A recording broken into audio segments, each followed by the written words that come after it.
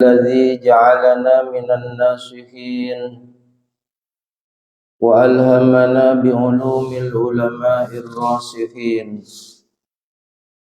والصلاة والسلام على أشرف الأنبياء وإمام المرسلين سيدنا ومولانا محمد وعلى آله وأصحابه أجمعين. سبحانك لا علم لنا إلا ما علمتنا إنك أنت العليم الحكيم. رب اشرح لي صدري ويسر لي أمري واحلل عقدة من لساني يفقه قولي آمين. أما بعد. Bapak Ibu hadirin wal hadirat jamaah sholat subuh Masjid At-Taubah yang kami hormati, kami muliakan, terkhusus segenap jajaran pengurus dan Dewan Kemakmuran Masjid At-Taubah yang kami hormati, kami muliakan. Ma'asyiral muslimin wal muslimat rahimana wa rahimakumullah wa asadakumullah. Alhamdulillah wa syukru ala ni'amillah. Mari tiada pernah bosan senantiasa kita panjatkan kehadirat Allah subhanahu wa ta'ala yang sampai pada saat ini masih berkenan melimpahkan banyak rahmat, nikmat, taufik, hidayah serta inayahnya sehingga kita bisa melaksanakan sebagian perintahnya, mengerjakan sholat fardu subuh secara berjamaah dan menghidupkan sebagian sunnah rasulnya, hadir dan duduk di majlis ilmu setelah sholat fardu berjamaah di bulan suci Ramadan. Mudah-mudahan apa yang kita lakukan ini tergolong orang-orang yang disebutkan Nabi dalam sebuah hadisnya, man hadhara majlisal ilmi fi Ramadan, barang siapa yang mau hadir dan duduk di majlis ilmu di bulan Ramadan, kataballahu lahu bi kulli qadam ibadata sanah, setiap langkah kakinya Allah tulis seperti melakukan ibadah 1 tahun. Wa yakunu ma'i tahtal arsy, dan kelak di hari di mana tidak ada naungan kecuali hanya naungan arasy-Nya Allah, mereka berkumpul bersamaku di bawah naungan arasy-Nya Allah. Amin amin Allahumma amin. Hadirin yang dimuliakan Allah, tema kuliah subuh pagi hari ini sebagaimana yang diamanatkan oleh panitia Ramadan Masjid At-Taubah adalah menggapai rahmatnya Allah subhanahu wa ta'ala. Ketahuilah bahwa kebaikan sekecil apapun yang didapatkan dan dirasakan oleh hamba Allah, baik ketika mereka hidup di dunia maupun kelak di akhirat berupa surga, bukan kok semata-mata karena amal perbuatan mereka, tapi semata-mata karena rahmat dari Allah subhanahu wa ta'ala. Rasulullah sallallahu alaihi wasallam pernah bersabda kepada para sahabatnya, beliau sampaikan, la yadkhula ahadum minkum al jannata bi'amali. Tidaklah salah satu dari kalian kelak masuk surga sebab amal perbuatannya. Qila ya Rasulullah wala anta, Lalu para sahabat bertanya, "Ya Rasul, apakah hal ini juga berlaku untuk engkau? Bahwa engkau pun akan masuk surga bukan karena amalmu?" Rasulullah sallallahu alaihi wasallam menjawab, "Wala ana illa ayyataghammadani Allahu bi rahmatih." Iya, benar, aku pun tidak akan bisa masuk surga sebab amalku, tapi sebab mendapatkan rahmatnya Allah subhanahu wa ta'ala. Nabi bercerita, suatu saat Jibril datang kepadaku. Lalu Jibril bercerita, "Wahai Muhammad, ada seorang hamba Allah yang melakukan ibadah kepada Allah selama 500 tahun. Walam ya'sillaha tarfat ain." 500 tahun sama sekali dia tidak bermaksiat kepada Allah. Dia tinggal di atas gunung yang ada di sebuah pulau di tengah lautan. Setiap aku turun dari langit membawakan wahyu kepadamu, aku bisa melihat hamba itu, dan hamba itu berdoa kepada Allah, "Ya Rabb, matikan aku dalam keadaan sujud. Ya Rabb, kelak di hari kiamat bangkitkan aku juga dalam keadaan sujud."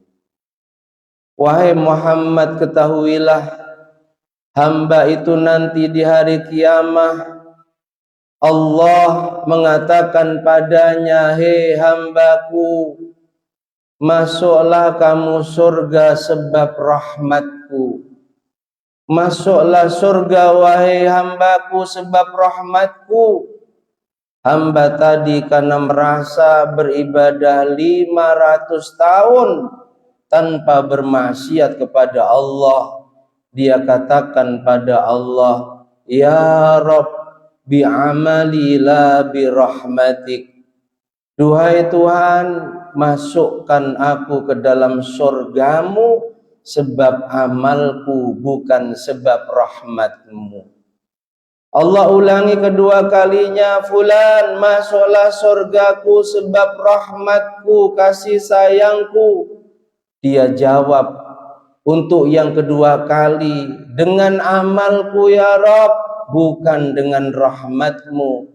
Sampai ketiga kalinya Allah tetap mengatakan, "Masuklah kamu surga sebab rahmatku, bukan amalmu." Dia tetap menjawab sebab merasa banyak amalnya, "Dengan amalku, bukan dengan rahmatmu." Lalu akhirnya Allah subhanahu wa ta'ala memerintahkan agar dia menghitung semua nikmat yang Allah berikan. Memerintahkan kepada malaikat agar malaikat menghitung nikmat yang Allah berikan padanya, lalu dibandingkan dengan rahmatnya Allah, dibandingkan dengan amal perbuatannya beribadah selama 500 tahun. Ketika malaikat mulai menghitung satu nikmat dari sekian ribu bahkan juta bahkan lebih nikmat yang Allah berikan padanya, yakni nikmat matanya bisa melihat normal, matanya yang di dalamnya ada ribuan syaraf bahkan lebih, ada organ-organ yang lain yang sebab itu matanya bisa membedakan warna, bisa melihat dengan normal, dibandingkan dengan amalnya, nikmat berupa mata bisa melihat dengan normal, itu masih sementara amal ibadahnya selama 500 tahun sudah habis, sehingga hamba itu bertobat kepada Allah, menangis, menyesal, lalu dia mengatakan, "Ya Rabb, masukkan aku ke dalam surgamu, sungguh bukan karena amalku, tapi karena rahmat dan kasih sayangmu. Hadirin, saat ini kita berada di bulan suci Ramadan. Dan saat ini kita masih berada di 10 hari yang pertama dari bulan suci Ramadan. Rasulullah Shallallahu Alaihi Wasallam pernah menjelaskan tentang keutamaan bulan Ramadan. Beliau katakan, syahrul Ramadan huwa syahrun awwaluhu rahmah wa awsatuhu maghfirah wa akhiruhu idkum minan nar. Bulan Ramadan ada bulan 10 hari pertamanya penuh dengan rahmatnya Allah, 10 hari yang kedua penuh dengan ampunannya Allah, dan 10 hari yang terakhir adalah banyak orang dan hamba yang dimerdekakan dari siksa neraka. Mari terkhusus di 10 hari yang pertama ini kita melakukan sesuatu yang bisa menjadi penyebab Allah selalu memberikan, menganugerahkan rahmat dan kasih sayangnya kepada kita. Dalam Al-Quran banyak ayat menjelaskan tentang bagaimana cara supaya kita tergolong hamba-hamba yang selalu dirahmati dan dikasih sayangi oleh Allah. Di antaranya ayat yang berbunyi, inna rahmatallahi qaribum minal muhsinin. Sungguh rahmatnya Allah akan selalu dekat kepada hamba-hambanya yang selalu berbuat baik. Ada kalimat muhsinin, pelaku kebaikan.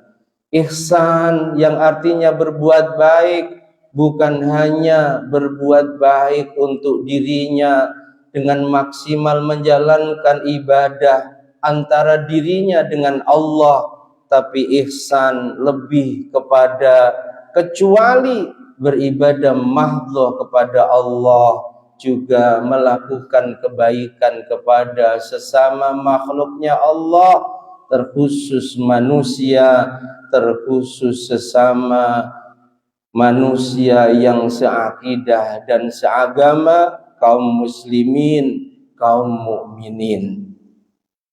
Allah Subhanahu wa ta'ala menjanjikan kasih sayangnya kepada mereka yang selalu berbuat baik, mereka yang bisa menjaga harmonisasinya dengan Allah juga dengan sesama makhluknya Allah.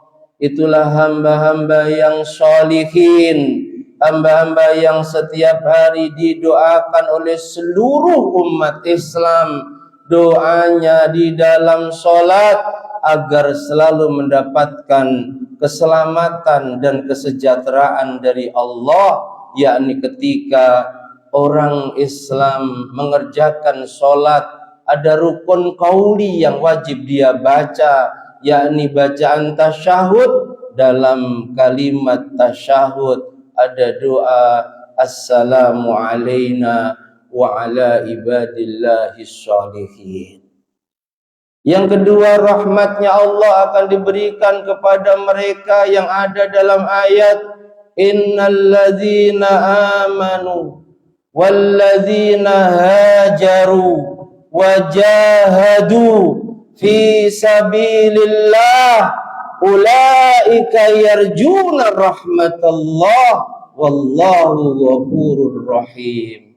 Yang layak selalu mendapatkan rahmat dan kasih sayangnya Allah adalah pertama mereka yang beriman kepadanya.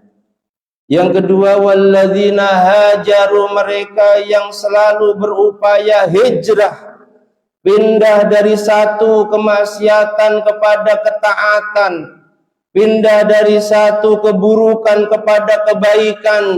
Bukan hanya hijrah dari satu tempat ke tempat yang lain, tapi berupaya maksimal menjadi manusia yang terbaik, yakni manusia yang mantala umru wa hasuna amalu. Allah beri umur yang panjang, sisa umurnya hanya digunakan untuk melakukan kebaikan demi kebaikan. Wajahadu fi sabilillah, yang selalu jihad di jalan Allah, menghabiskan umurnya, mewakafkan dirinya, bahkan harta bendanya untuk hal-hal yang diridhai Allah. Ulaika yarjuna rahmatullah wallahu ghafurur rahim. Merekalah sungguh hamba-hamba yang selalu berharap rahmat dan kasih sayangnya Allah, dan juga amat sangat layak mendapatkan rahmat dan kasih sayangnya Allah berupa kebaikan demi kebaikan yang bisa dirasakannya di dunia maupun kelak di akhirat. Dan merekalah yang akan selalu mendapatkan ampunan dari Allah, Zat yang Maha Ghafur, Maha memberikan ampunan kepada hamba-hambanya yang melakukan dosa dan maksiat serta menyesali diri akan perbuatan dosa dan maksiatnya. Juga Allah yang Maha Rahim akan memberikan kebaikan demi kebaikan, rahmat serta kasih sayangnya kepadanya yang bisa dirasakannya di dunia sampai di akhirat. Mudah-mudahan kita semua yang dijumpakan dengan bulan suci Ramadan yang Rasulullah sebut Sayyidus Syuhur, pemimpinnya bulan-bulan yang ada dalam satu tahun, yang Rasulullah jelaskan banyak keistimewaan, kemuliaan yang khusus Allah berikan di bulan ini. Mudah-mudahan Allah mampukan kita maksimal dalam menjalankan taat dan meninggalkan maksiat, sehingga kita layak tergolong hamba-hambanya yang selalu mendapatkan rahmat serta kasih sayangnya Allah, baik di dunia yang fana ini maupun kelak di akhirat yang kekal dan abadi. Amin amin Allahumma amin. Demikian, semoga bermanfaat. Ada kurang dan lebihnya mohon maaf. Akhirul kalam, wallahu yuwaffiquna ila ma fihi khairul Islam wal muslimin wal afu minkum. Assalamualaikum warahmatullahi wabarakatuh. Sallallahu alaihi Nabi Muhammad sallallahu